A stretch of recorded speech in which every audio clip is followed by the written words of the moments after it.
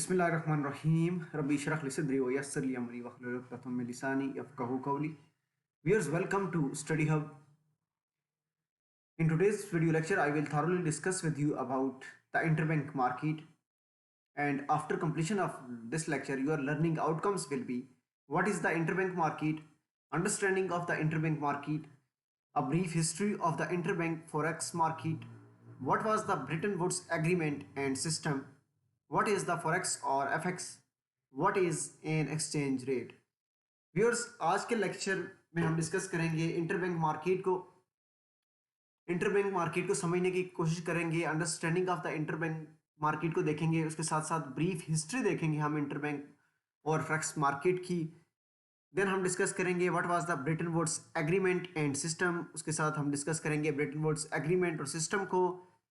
उसके बाद हम डिस्कस करेंगे व्हाट इज़ द फॉरेक्स और एफएक्स और what is an exchange rate, हम डिस्कस करेंगे आज के वीडियो लेक्चर में। So viewers, before we start the video, please subscribe the channel and press the bell icon that you will get latest updates from our future videos as well. So without any further discussion, without any further delay, let's start our today's topic. So let's get started. What is the interbank market? The interbank market is a global network utilized by financial institutions to trade currencies and other currency derivatives directly between themselves. Viewers, interbank market is a global network utilized by financial institutions. Interbank market का मतलब है कि बैंकों की आपस की एक market है जहां दुनिया भर के कमर्शियल बैंक्स जो हैं आपस में ट्रेड करते हैं, तजारत करते हैं। Viewers, that is called the interbank market is a global network utilized by the financial institutions to trade currencies and other currency derivatives directly between themselves. While some interbank trading is done by banks on behalf of large customers, और कुछ जो interbank banking की trading होती है वो banks जो हैं on behalf of large customers भी करते हैं। Most interbank trading is proprietary, meaning that it takes place on behalf of the banks, और मोस्टली जो इंटरबैंक ट्रेडिंग होती है वो ऑन बिहाफ ऑफ बैंक्स होती है, उनके ऑन अकाउंट्स से होती है। Bank use the interbank market to manage their own exchange rate and the interest rate, और बैंक्स जो है इंटरबैंक मार्केट को यूज करते हैं टू मैनेज देयर, उनका एक अपना जो इंटरेस्ट रेट और एक्सचेंज रेट होता है बियर्स, उसको मैनेज करते हैं। Risk as well to take speculative positions based on the research. Understanding of the interbank market को डिस्कस कर लेते हैं। The interbank market for the foreign exchange forex serves commercial turnover of currency investments as well as a large amount of the speculative short-term currency trading. The typical maturity term for the transactions in the interbank market is overnight or 6 months. Viewers, the forex inter-dealer market is characterized by a large transaction sizes and tight bid-ask spreads. Currency transactions in the interbank market can either be speculative, initiated with the sole intention of profiting from a currency move, or for the purpose of hedging currency exposure. It may also be proprietary, but to a lesser extent customer-driven by an institution's corporate clients such as exporters and importers, for example. Viewers, after reading the paragraph of understanding of the interbank market, in a nutshell, we can understand that कि interbank market जो है एक market है बैंकों की, जो कि आपस में दुनिया भर के कमर्शियल बैंक्स जो हैं आपस में ट्रेड करते हैं, तजारत करते हैं। मिसाल के तौर पर अगर कोई बैंक किसी दूसरे मुल्क से कुछ खरीदना चाहता है या कोई भी बैंक किसी दूसरे मुल्क को कुछ बेचना चाहता है, तो उसमें जो है इंटरबैंक जो मार्केट्स डिफरेंट जो कमर्शियल बैंक्स होंगे वो आपस में ट्रेड करेंगे। फॉर एग्जांपल, अगर पाकिस्तान के पॉइंट ऑफ व्यू से हम डिस्कस करें तो पाकिस्तान अगर बरतानिया से कुछ खरीदना चाहता है, पाकिस्तान अगर यूके से कुछ परचेज करना चाहता है, या पाकिस्तान की कोई कंपनी व्यूअर्स अमेरिकन कंपनी से या यूके की कंपनी से कोई कुछ परचेज करना चाहती है, कुछ लेन देन करना चाहती है, तो उनमें जो ट्रेडिंग होगी वो उसी जो कंट्री होगी उसकी करेंसी से रिलेटेड होगी। अगर पाकिस्तान जो है यूके से कुछ खरीदना चाहता है तो लेकिन पाकिस्तान के पास जो है पाकिस्तानी रुपी होगी, और जो बरतानियन कंपनी होगी, ब्रिटिश कंपनी होगी, उसकी डिमांड्स होगी कि वो जो है ब्रिटिश पाउंड में जो है, या अगर अमेरिका से करते हैं तो अमेरिकन डॉलर में जो है उसकी पेमेंट की जाए।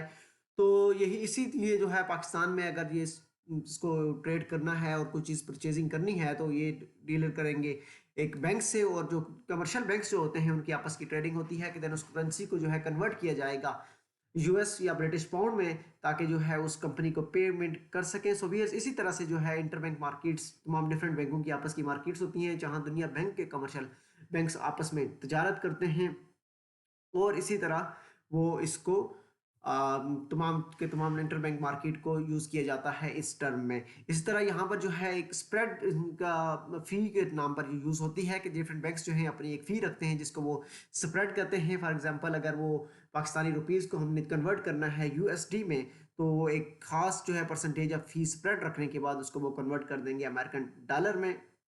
सो that is all about the viewers interbank market.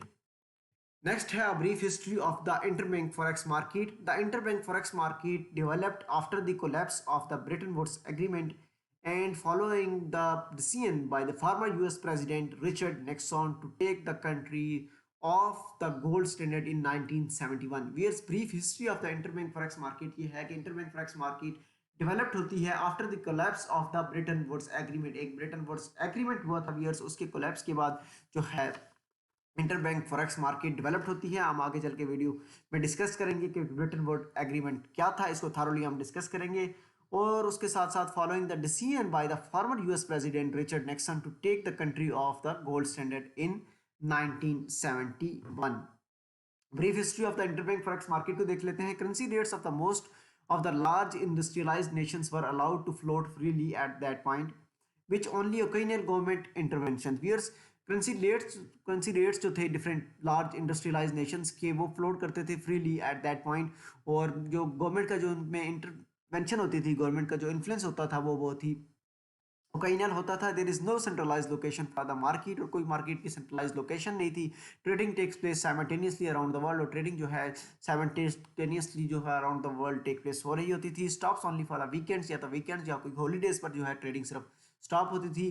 The advent of the floating rate system coincided with the emergence of the low-cost computer systems that allowed increasingly rapid trading on the global basis. Wise brokers over telephone systems matched buyers and sellers in early days of the interbank forex trading. उसके साथ साथ viewers but were gradually replaced by the computerized systems that could scan large number of traders for the best prices. Trading system for recruiters and Bloomberg allow banks to trade billions of dollars at once, with daily trading volume topping 6 trillion on the market busiest years. Brief history में यह है कि जब large industrialise Nations जो थी उस वक्त जो है फ्रीली जो है float freely at that point पे ट्रेड होती थी। कोई जो गवर्नमेंट की इंटरवेंशन नहीं होती थी कि वो गवर्नमेंट उनको इन्फ्लुएंस कर सके, और कोई सेंट्रलाइज पॉइंट लोकेशन नहीं होती थी कि जहाँ पर जो है ट्रेडिंग को टेक प्लेस हो रही होती थी साइमल्टेनियसली। और अगर ट्रेडिंग में गैप भी आता था तो ओनली ऑन वीकेंड या कोई हॉलीडेज पे आता था। उसके साथ साथ जो है लो कंप्यूटर बेस्ड सिस्टम्स थे that allows the increasingly rapid trading on the global basis. और जो वॉइस ब्रोकर्स और ओवर टेलीफोन जो सिस्टम्स होते थे मैच द बायर्स और सेलर्स के in the early days of interbank forex trading में। उसके साथ साथ ग्रेजुअली जो है इस चीज़ को रिप्लेस किया गया है कंप्यूटर्स बेस्ड सिस्टम ने, और अब वो जो है लार्ज के अमाउंट ऑफ जो ट्रेडर्स थी उनकी बेस्ट प्राइसेस को वो स्कैन कर सकते थे। और ट्रेडिंग सिस्टम फ्रॉम रूटर्स और ब्लूमबर्ग अलाउस जो भी वो ट्रेड करते हैं बिलियन ऑफ डॉलर्स में, और with the topping of 6 trillion on the markets busiest days. What was the Bretton Woods agreement and system viewers, इसको डिस्कस कर लेते हैं कि ब्रिटन वुड्स एग्रीमेंट सिस्टम क्या था। The Bretton Woods agreement was negotiated in July 1994। Bretton Woods agreement जो agreement था वो नेगोशिएट हुआ था इन जुलाई 1944। जुलाई 1944 में जो ब्रिटन वुड्स एग्रीमेंट नेगोशिएटेड हुआ था by delegates from 44 countries at the United Nations monetary and financial conference held in Bretton Woods. जो 44 मुल्कों के डेलीगेट्स थे at the United Nations monetary and financial conference जो थी हेल्ड इन ब्रिटन वुड्स में हुई थी New Hampshire. Thus the name Bretton Woods agreement. जो एक कॉन्फ्रेंस हुई थी वियर्स यूनाइटेड नेशंस की मॉनेटरी एंड फाइनेंशियल कॉन्फ्रेंस जो कि हुई थी ब्रिटन वुड्स में न्यू हैम्पशायर में, इसी को लेकर जो है इसका नाम जो है ब्रिटन वुड्स एग्रीमेंट रखा गया था। Under the Bretton Woods system gold was the basis for the US dollars and the other currencies were pegged to the US dollars value. The Bretton Woods system effectively came to an end in the early 1970s when President Richard M. Nixon announced that the US would no longer exchange gold for US currency. Whereas Bretton Woods agreement जो है जैसा कि हमने discuss किया कि 1944 में जब delegates जो थे 44 कंट्रीज़ के यूनाइटेड नेशंस की मॉनेटरी और फाइनेंशियल कॉन्फ्रेंस में जो कि हेल्ड हुई थी ब्रिटेन वुड्स में, इसी के इसका नाम जो है ब्रिटेन वुड्स एग्रीमेंट रखा गया था। और Bretton Woods agreement viewers after the world war two जो कि 1944 में एंड हुई थी, उसके बाद जो है पे ये ब्रिटेन वुड्स सिस्टम ये बनाया गया था। इस ब्रिटेन वुड्स सिस्टम में तीन जो है इंस्टीट्यूशंस वियर्स बनाए गए थे। नंबर फर्स्ट जो था हमारे पास जो है आईएमएफ, इंटरनेशनल मॉनेटरी फंड जो है। नंबर सेकंड जो था आईबीआरडी और जो कि करंटली है वर्ल्ड बैंक। नंबर थर्ड जो है हमारे पास इंस्टीट्यूशन जो है डब्ल्यूटीओ है, which is world trade organization. अवियर्स वर्ल्ड वॉर टू के बाद जो है ब्रिटेन वुड्स एग्रीमेंट बनाया गया था 44 नेशंस के दरमियान एक एग्रीमेंट हुआ था, जिसको विनर्स जो थे वर्ल्ड वॉर टू के, जिसमें यूएस और यूके और डिफरेंट जो अलाइज थी 44 नेशंस, उनने जो है इस एग्रीमेंट को साइन किया था। उसमें इन्होंने डिस्कस किया था कि क्योंकि फर्दर जो है कोई इस तरह की वार ना हो और वर्ल्ड वार ना हो, इनसे बचा जाए, तो आईएमएफ जो है इंटरनेशनल मॉनेटरी ऑर्गेनाइजेशन एक जो इंस्टीट्यूशन काम किया गया, जो कि डिफरेंट कंट्रीज़ को जो है लोन इसने देने होते हैं, उनकी जो प्रॉब्लम्स होती हैं मनी से रिलेटेड उनको देखना होता है, उसमें जो है एडवाइस करनी होती है, मॉनेटरी एडवाइस करनी होती है, ताकि वो किस तरह से जो है अपनी करेंसी की वैल्यू को जो है इंक्रीज कर सकें और अपनी इकोनॉमी को बेहतर कर सकें। तो इसके लिए जो है एक इंस्टीट्यूशन जो है काम किया गया, which is international monetary fund, जो है डिफरेंट कंट्रीज़ को इसने लोन देने होते हैं। नेक्स्ट जो है वर्ल्ड बैंक जो है, या international bank for reconstruction and development जो था, इसका पहला नाम वो बनाया गया इसी के साथ साथ इसी एग्रीमेंट में, जिसका ये काम था बेसिक, इसका ये काम पर्पस ये था कि पॉवर्टी को जो है रिड्यूस किया जाए। जबकि देखा जाता है कि बहुत सारी जंग्स होती हैं, उनकी वजूहत ये होती हैं कि पॉवर्टी बेस्ड होती हैं, मुल्क गरीब होते हैं, तो जिसकी वजह से वो है रिसोर्सेज के लिए जो है वो जंग करते हैं, और किसी भी जो है फर्दर वार से बचने के लिए जो है वर्ल्ड बैंक जो है डिफरेंट अपना रोल प्ले करे पॉवर्टी रिडक्शन में, एंड करे पॉवर्टी को। और नंबर थर्ड जो इसमें इंस्टीट्यूट था, which is WTO World trade Organization, इसमें जो है वर्ल्ड ट्रेड ऑर्गेनाइजेशन में ग्लोबल जो ट्रेड है उसके रिलेटेड जो है रूल्स और रेगुलेशंस को इंटरनेशनल ट्रेड से रिलेटेड जो है इस ऑर्गेनाइजेशन को सेटअप किया गया व्यूअर्स। और इसी में है, इसी एग्रीमेंट में जो है पेपर करेंसी को जो है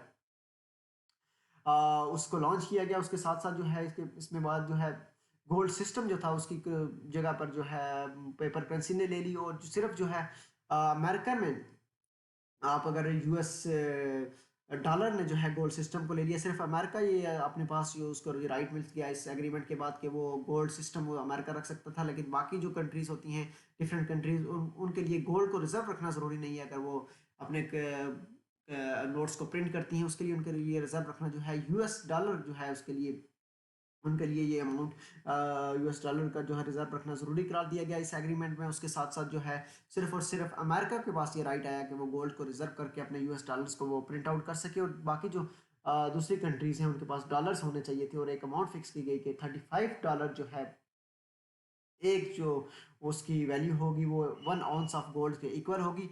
वियर्स इससे पहले जो है हर कंपनी के पास, सॉरी हर कंट्री के पास जो है गोल्ड होता था, और वो गोल्ड रखकर अपनी करेंसी को प्रिंट आउट करती थी। लेकिन इस जो एग्रीमेंट के बाद, ब्रिटेन वुड एग्रीमेंट के बाद जो है गोल्ड की सिर्फ और सिर्फ जो राइट चला गया अमेरिका के पास, और दूसरी कंट्रीज़ को ये कहा गया कि आप जो है गोल्ड के बजाय यूएसडी अमेरिकन डॉलर को जो है वो अपने पास रिजर्व रखकर अपने इसके ज़रिए से अपनी करेंसी को वो जो रिजर्व रखने के बाद वो प्रिंट आउट कर सकें।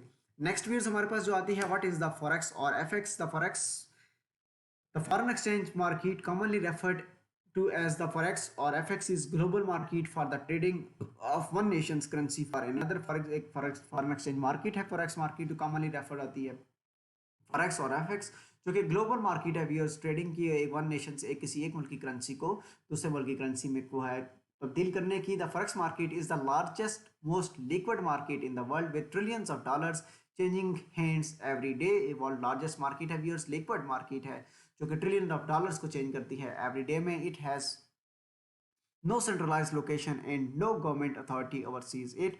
Rather, the Forex is an electronic network of banks, brokerages, institutional investors, and individual states, mostly trading through brokerages or bank spheres. Next जो है अंडरस्टैंडिंग ऑफ द फॉरेक्स को देख लेते हैं। The forex market determines the day to day value और the exchange rate of the most of the world's currencies. If a traveler exchange dollars for euros at an exchange kiosк or a bank, the number of euros will be based on the current forex rate. Viewers, जो forex market determine करती है day to day value पे, exchange rate पे, और most of the world currencies जो हैं और यहाँ पर एक्सचेंज रेट को उनका डिपेंड किया जाता है डे टू डे वैल्यू पे। इसी के साथ अगर ट्रैवलर है तो उसके पास जो यूएस डॉलर्स हैं उसको कन्वर्ट करना है यूरोस में, तो एक्सचेंज या स्टॉक और बैंक में जो है number of Euros will be based on the current forex rate पे ऊपर होगा। इफ इम्पोर्टेड फ्रेंच चीज suddenly cost more at A grocery it may well mean that euros have increased in value against the US dollar in forex trading. So viewers, that is all about the forex. Next हम देख लेते हैं what is an exchange rate. N exchange rate is a rate at which one currency will be exchanged for another currency and affects trades and the movement of money between countries. Viewers, what is an exchange rate? An exchange rate is a rate at which one currency will be exchanged for another currency. exchange rate एक rate है कि जहाँ पर किसी एक मुल्क की currency को एक्सचेंज कितना है किया जाता है किसी दूसरे मुल्क की करेंसी में, और उसके इफेक्ट्स जो हैं trades and movements of money between the countries. That is all about what is an exchange rate. So viewers, ये था आज का हमारा लेक्चर जो है इंटरबैंक मार्केट के ऊपर। आज के लेक्चर में हमने थॉरोली डिस्कस किया इंटरबैंक मार्केट को, फॉरेक्स मार्केट को, उसके साथ साथ हमने डिस्कस किया ब्रेटन वुड्स एग्रीमेंट को, और ब्रेटन वुड्स एग्रीमेंट क्या था, सिस्टम क्या था, इसको थॉरोली डिस्कस किया, एक्सचेंज रेट को डिस्कस किया। होप सो कि आज के लेक्चर को लेकर व्यूअर्स आपकी अंडरस्टैंडिंग अच्छी हो गई होंगी। वाइंड अप करते हैं आज के इस लेक्चर को इस उम्मीद के साथ, इस लोगों के साथ कि आप चैनल के साथ जुड़े रहेंगे, चैनल को सब्सक्राइब करेंगे, वीडियो अगर अच्छी लगी हो तो फ्रेंड्स के साथ शेयर करेंगे। व्यूअर्स, अगर कोई सजेशन हो तो कमेंट सेक्शन में जरूर बताइएगा। बहुत जल्द एक नए लेक्चर के साथ आप हाजिर होंगे।